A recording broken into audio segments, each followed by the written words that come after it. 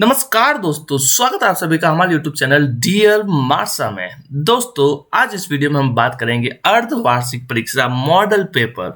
Subject है गणित और चैप्टर है अपना 2। इसका मतलब कि अर्धवार्षिक में चैप्टर 2 में से आने वाले इंपॉर्टेंट सवाल जो आपको 90% चांस है पूरी प्रश्नावली में से कुछ विशेष और इंपॉर्टेंट प्रश्न हमने छाटे हैं, उन्हीं को आज हम यहाँ सरल करेंगे और आपके सामने प्रस्तुत करेंगे। तो वीडियो को पूरा देखना और ध्यान से समझना, बहुत ही अच्छी तरीके से मैं इसको समझाऊंगा। डिटेल में समझना है तो आप विनय क्लासेस में चैप्टर वाइज प्रश्नावलियां दे रखी हैं, वो जरूर देख ले। अगर आपको वो देख रखी है और आपको थोड़ा बहुत आता है तो यहाँ हम उसी इंपॉर्टेंट प्रश्नों को अलग तरीके से करने का बताएंगे। तो आप वीडियो में ध्यान आराम से बने रहिए और ध्यान से समझते रहिए।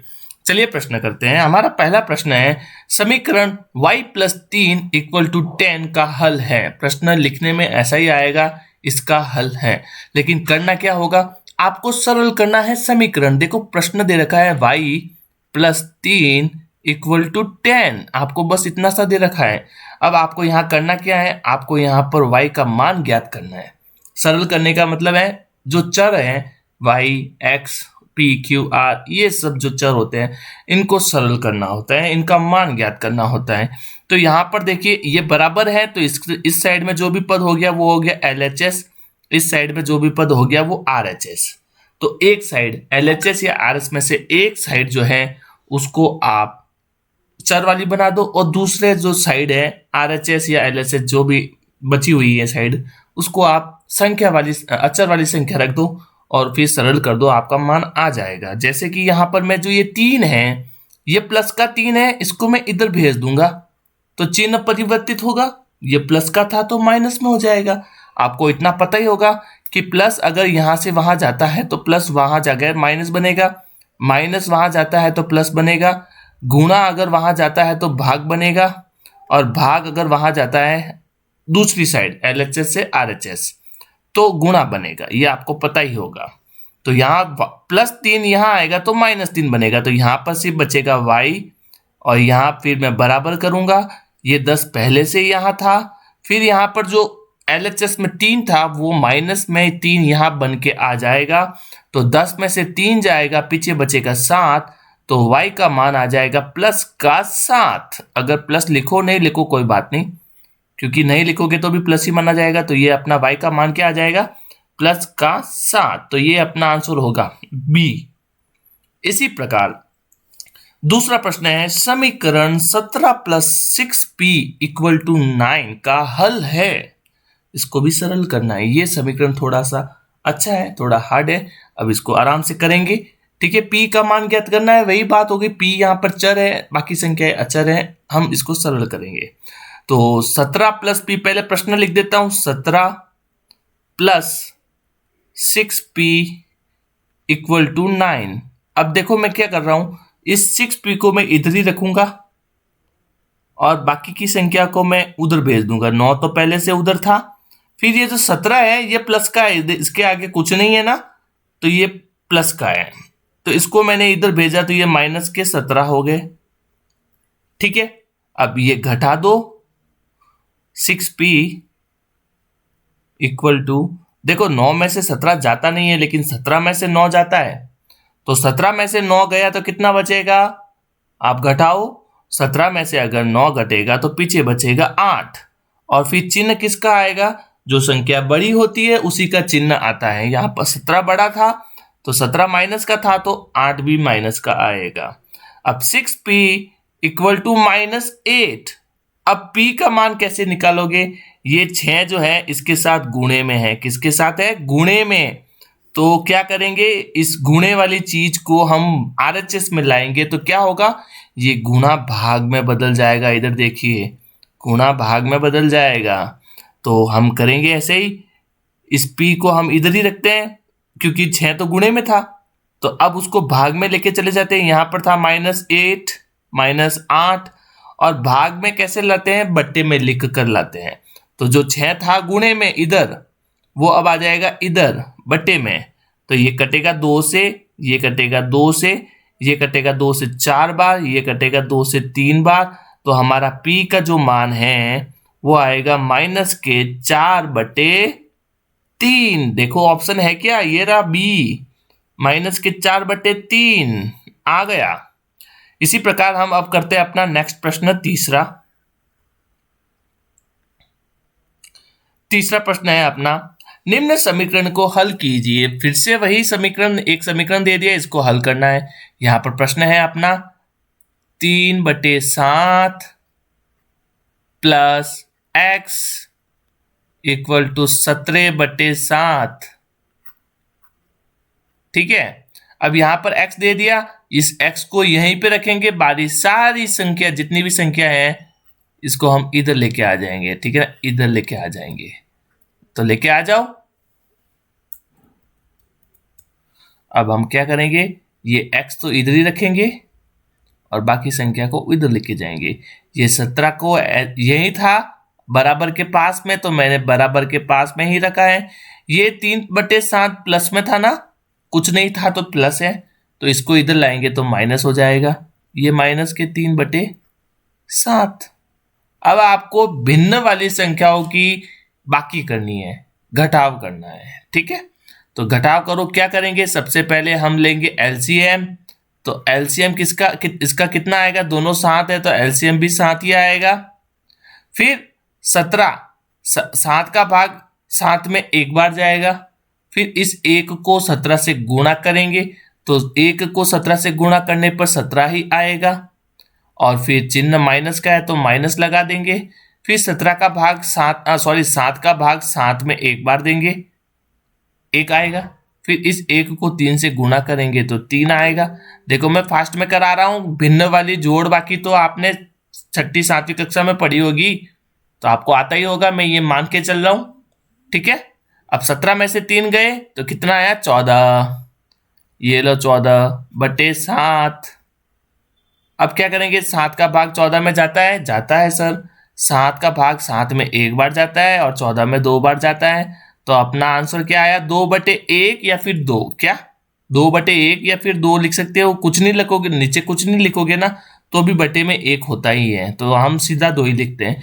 ये 2 क्या है, ये 2 सबसे आगे देखो, x बराबर, हमने इसको सरल किया, 2 आया, x का मान क्या आया, 2, तो हम यहां सीधा लिख सकते हैं x इक्वल टू 2, और यहां पर ऑप्शन ए हमारा हो गया सही।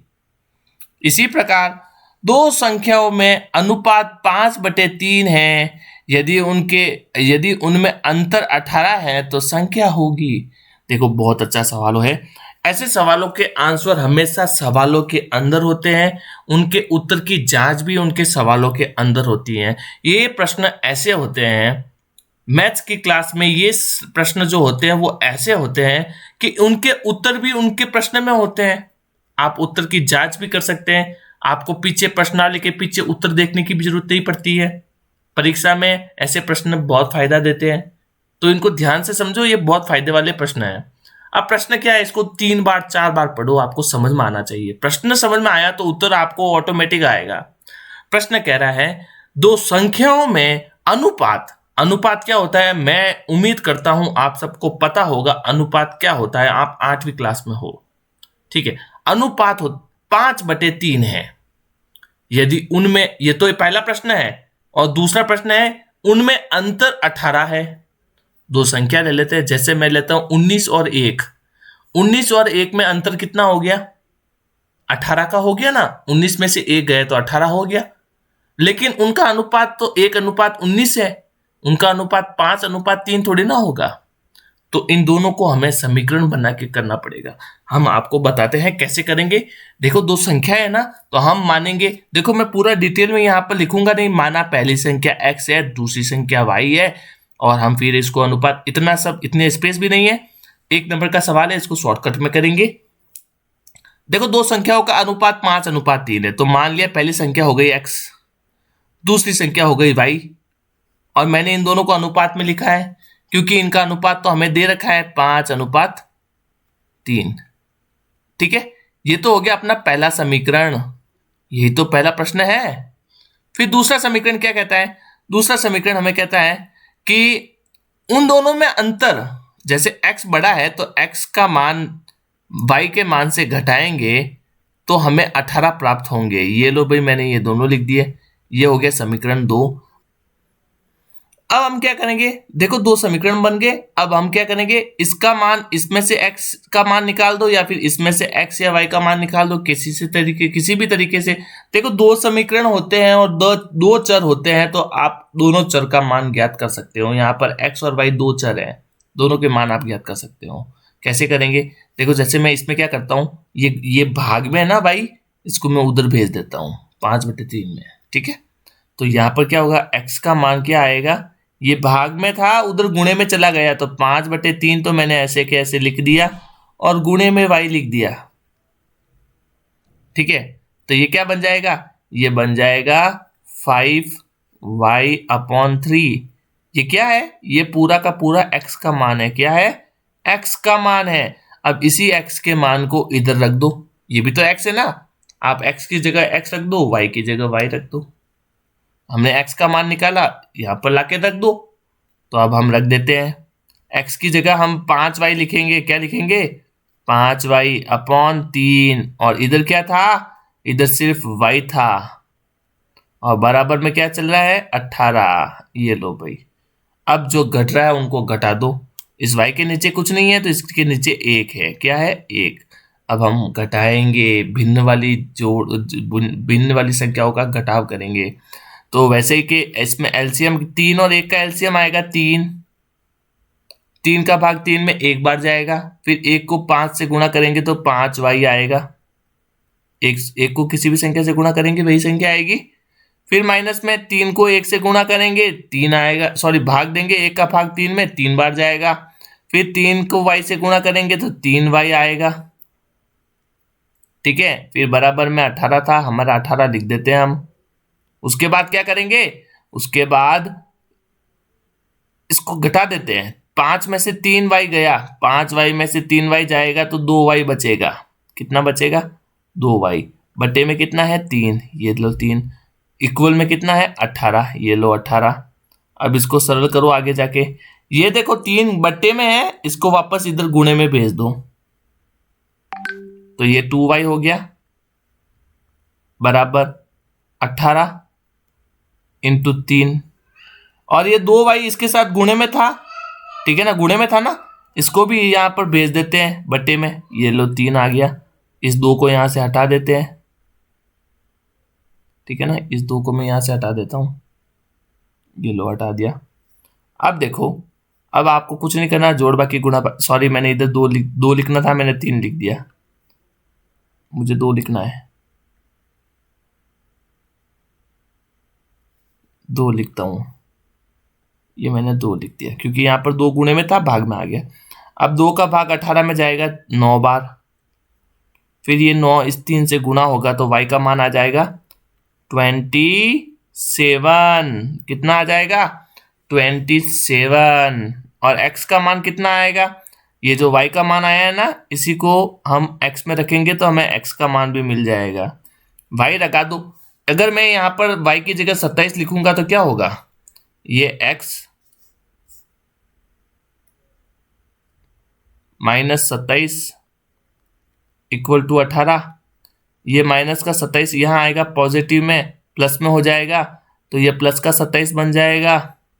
और फिर x का मान क्या हो जाएगा, इन दोनों को जोड़ दो, इन दोनों को जोड़ने से बनेगा 8 7 15 का 5 हासिल लगा 1 2 और 2 4 45। कितना आएगा 45। तो y का मान 27, x का मान 45। क्या ऑप्शन में है, ये रहा बी ऑप्शन, x का मान 45, y का मान 27। तो कुछ आंसर थोड़ा बड़ा था, ये 3 नंबर का सवाल है, छोटा नहीं है, ठीक है ना, 3 नंबर का सवाल है, आपको समझ में आ गया होगा। अब आगे के चलते हैं, नेक्स्ट प्रश्न है अपना पांचवा प्रश्न क्या कहता है, पांचवा प्रश्न कहता है समीकरण को हल करना है 6x इक्वल टू 12। बहुत आसान है, ये भाई कह रहा है 6x इक्वल टू 12। अब ये x गुणे के साथ 6 में है तो इस 6 को यहां पर भेज देंगे तो भाग हो जाएगा, तो x का मान क्या आ जाएगा 12/6। फिर 6 का भाग देंगे 12 में, 2 बार जाएगा तो आंसर में क्या आ जाएगा 2। x का मान कितना आ जाएगा 2। ऑप्शन डी अपना आंसर सही हो जाएगा। ठीक है ना, ऑप्शन डी। ठीक है, ये डी पे क्लिक किया मैंने। इसी प्रकार नेक्स्ट प्रश्न, प्रश्न संख्या 6। दो संख्याओं का योग 95, यदि एक संख्या दूसरी संख्या से 15 अधिक है तो दोनों संख्याएं ज्ञात कीजिए। सेम प्रश्न है, अगर एक संख्या दूसरी संख्या से अधिक है या फिर एक संख्या का दूसरा संख्या में अंतर है तो बात तो वही है। यहां पर एक संख्या दूसरी संख्या से 15 अधिक है, मतलब दोनों संख्याओं के बीच का अंतर कितना है 15। ठीक है, तो एक समीकरण बन जाएगा इससे। देखो कैसे, दो संख्याओं का योग 95 है। जैसे कि मानो पहली संख्या x है, दूसरी संख्या y है, तो इन दोनों का योग करेंगे तो आ जाएगा हमारे पास 95। और अगर इन दोनों संख्याओं को घटाएंगे तो हमारे पास आ जाएगा 15। अब जब दो समीकरण दे दिए हैं तो आप आराम से दोनों का मान निकाल सकते हो। मैं क्या करूंगा, इन दोनों को आपस में घटा दूंगा। क्या करूंगा, आपस में घटा दूंगा। घटा दो, ये माइनस करेंगे तो ये प्लस था, ये माइनस हो जाएगा, ये माइनस था, ये प्लस हो जाएगा, और ये प्लस था, ये माइनस हो जाएगा। ठीक है, फिर ये क्या होगा, ये प्लस का x है, ये माइनस का x है, ये दोनों आपस में कट जाएंगे। ये प्लस का y है, ये प्लस का y है, ये दोनों आपस में जुड़ जाएंगे, ये हो गया 2y। फिर बराबर में ये 95 है प्लस का, ये 15 है माइनस का, तो 95 में से 15 गया, कितना बचेगा बताओ। 5 में से 5 गया 0, फिर 9 में से 1 गया 8, तो कितना बचा 80। ठीक है, तो 2y का मान 80 है, तो 2 इसमें 2 जो गुणे में है वो इधर आ जाएगा भाग में, तो y का मान क्या आ जाएगा 80/2। कितना 80/2, ये 2 बार कटेगा, ये 4 बार कटेगा, और ये 0 लग जाएगा तो 40 हो जाएगा। ठीक है, y का मान कितना आ गया 40। और इसी प्रकार y का मान 40 है तो इधर y का मान लगा दो 40। जैसे कि ये जो अपना समीकरण 1 है ना, इसमें लगा देते हैं। x प्लस y की जगह क्या लिखेंगे 40, क्योंकि हमने y का मान निकाल दिया 40। तो कितना आएगा, बराबर में 95 आएगा, प्रश्न कह रहा है। ठीक है ना, तो अब इस x का मान निकाल दो। बराबर ये प्लस का 40 है, उधर माइनस में हो जाएगा, ये 95 मैंने पहले से लिख दिया, ये प्लस का 40 इधर माइनस का बन जाएगा। अब इन दोनों को घटाओगे तो कितना आएगा, x का मान आएगा 5 में से 0 गया, पीछे बचा 5, और 9 में से 4 गया, पीछे बचे 5, कितना आया 55।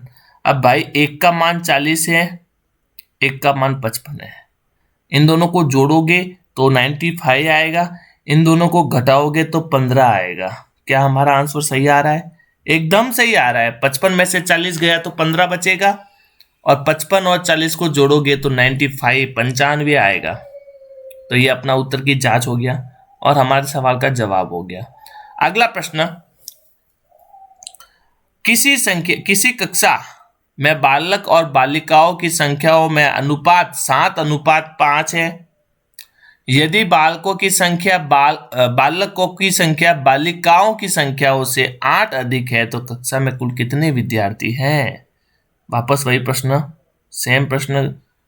बालक और बालिकाओं की संख्याओं का अनुपात, जैसे मैं बालक को लिखता हूं x लिखता हूं, बालक हो गया x और बालिका हो गई y, तो इन दोनों को मैंने अनुपात में लिख दिया, बट्टे में लिख दिया। अब इनका अनुपात तो हमें दे रखा है, कितना अनुपात है 7:5।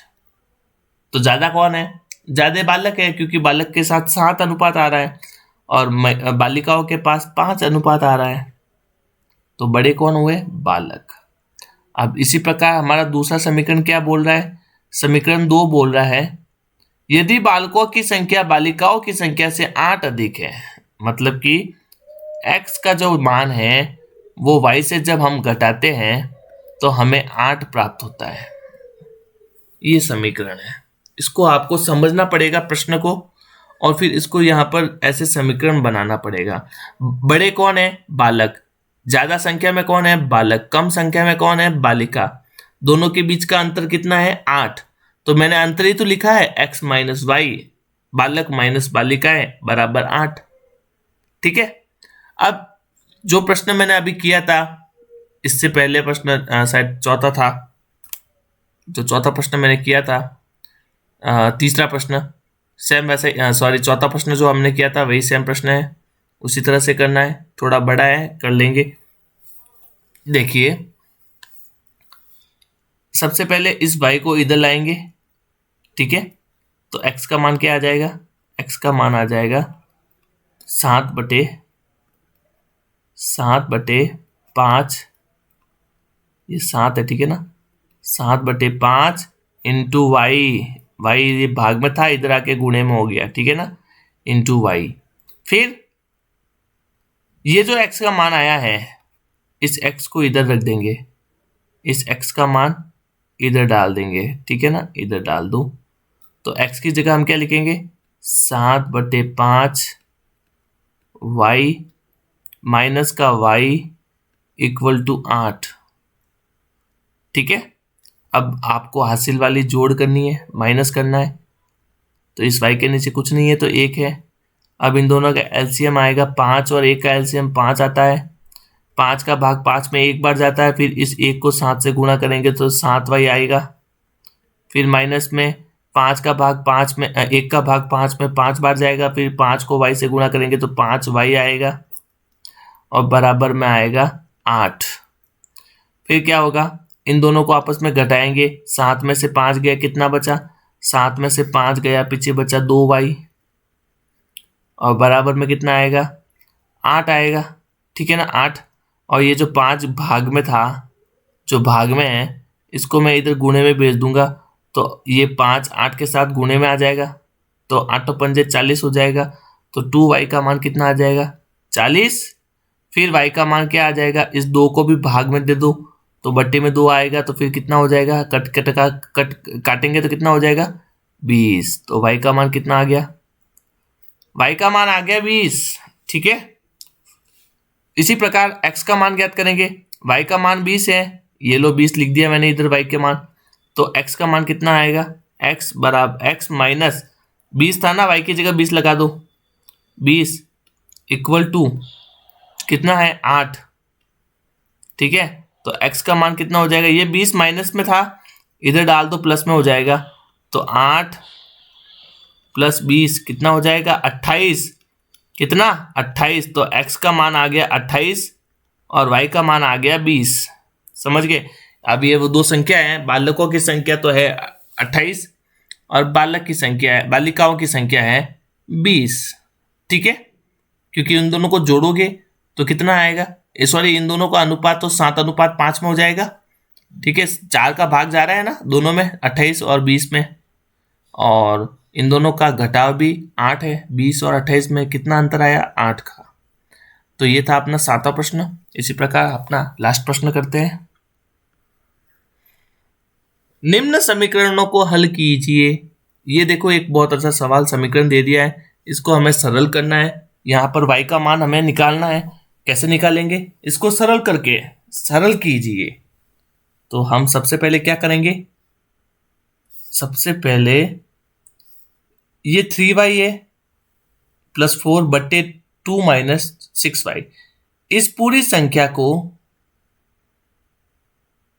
इधर भेज देंगे, ये भाग में था गुणे में आ जाएगा, और इस पूरी संख्या को जो नीचे है भाग में, इसको इधर भेजेंगे तो गुणे में हो जाएगी। तो गुणे में कर दो, जैसे कि ये 3y, सॉरी ये 3y हो गया, ठीक है, और प्लस का 4 हो गया, और इस सब के साथ क्या आ जाएगा गुणे में, ये 5 इसके साथ पूरा गुणे में आएगा, तो ये इंटू 5, बराबर का चिन्ह लगा दूं, इधर था माइनस का 2, और फिर ये पूरा कोष्टक जो इधर नीचे था इसको मैंने ऊपर ले लिया, गुणे में आ जाएगा, गुणा 2 माइनस 6y, ठीक है, हो गया। अब आपको गुणा कराना है, कुछ नहीं करना है, इस 5 को इससे गुणा कराएंगे, फिर इस 5 को इससे गुणा कराएंगे, क्योंकि कोष्टक के बाहर जो भी संख्या होती है वो कोष्टक के अंदर वाली सभी संख्याओं के साथ गुणा कराती है, ठीक है ना। तो इसके साथ गुणा करवा दूं, ये 5 3y से गुणा होके हो जाएगा 15y, ठीक है। और ये 5 इस 4 से गुणा होके 5 चौक 20, प्लस का था तो प्लस का 20, फिर बराबर का चिन्ह, फिर इस -2 को इससे गुणा कराएंगे, फिर -2 को इससे भी गुणा कराएंगे। पहले -2 इस 2 से गुणा होगा तो माइनस का 4 बन जाएगा, और ये माइनस का 6 है, ये माइनस का 2 है, ये माइनस माइनस गुणा होके प्लस बन जाएगा, और 2 छंग 12y बन जाएगा, ठीक है ना। आई होप आप सभी को समझ में आ रहा होगा। मैं यहाँ पर थोड़ा फास्ट पढ़ाऊंगा। अगर डिटेल में समझना है तो विनय क्लासेस की वीडियो जरूर देख लें। विनय क्लासेस में सभी चैप्टर वाइज प्रश्नावलियाँ करवाई गई है, वो चैप्टर प्रश्नावली जरूर देख लें, ठीक है। प्लेलिस्ट में आपको मिल जाएगी, मैं डिस्क्रिप्शन में भी लिंक दे दूंगा, ठीक है। अब आपको क्या करना है, y को LHS में रखो, संख्या को RHS में रखो, ठीक है। ये 12y है ना, इधर आ जाएगा, और ये जो 20 है संख्या, ये इधर आ जाएगी, ठीक है ना। अब आपको यही करना है। मैं इसको पहले वापस मिटा देता हूँ। अब 15y तो यहाँ था तो पहले से मैं लिख दिया 15y, और ये 12y जो प्लस का है वो इधर आ जाएगा तो बच जाएगा माइनस का 12y, और फिर बराबर का चिन्ह, फिर ये माइनस का 4 था तो माइनस का 4 लिख दिया, फिर ये 20 प्लस का है तो ये माइनस का बन जाएगा, माइनस का कितना बनेगा, माइनस का 20, ठीक है। फिर क्या होगा, फिर देखो 15y और -12y, 15 में से 12 गए, कितने बचेंगे, 3y, कितने बचेंगे, 3y, और इधर कितना बचेगा, -4 और -20, ये दोनों आपस में माइनस के हैं तो दोनों जुड़ जाएंगे और बन जाएंगे -24, कितने बन जाएंगे, -24। अब क्या होगा, अब इस 3 का गुणा है y के साथ, तो इसको इधर भाग में लेके चले जाते हैं, तो हमारा इधर सिर्फ y बचेगा, और फिर इधर कितना बचेगा, 24/3, और 3 का भाग 24 में जाएगा, 8 तिया 24, तो कितना y का मान कितना आ गया, y का मान आ गया अपना 8, कितना आ गया y का मान 8, वो भी किसका, माइनस का, क्योंकि यहाँ माइनस के 24 थे, इधर भी माइनस का 24 था, तो ये भाग जाने के बाद बचेगा माइनस का 8। तो ये थे अपने टोटल 8 प्रश्न जो बहुत इंपॉर्टेंट है, परीक्षा के लायक है, और चांस है 90% प्रश्न आ भी सकते हैं अर्धवार्षिक में, थोड़े डिफिकल्ट भी है। आराम से समझा होगा, उम्मीद करता हूँ आपको समझ में आया होगा। मिलते हैं नेक्स्ट वीडियो में ऐसी ही मजेदार वीडियो के साथ। चैनल को सब्सक्राइब करना ना भूलें, लाइक करना ना भूलें। Thank you.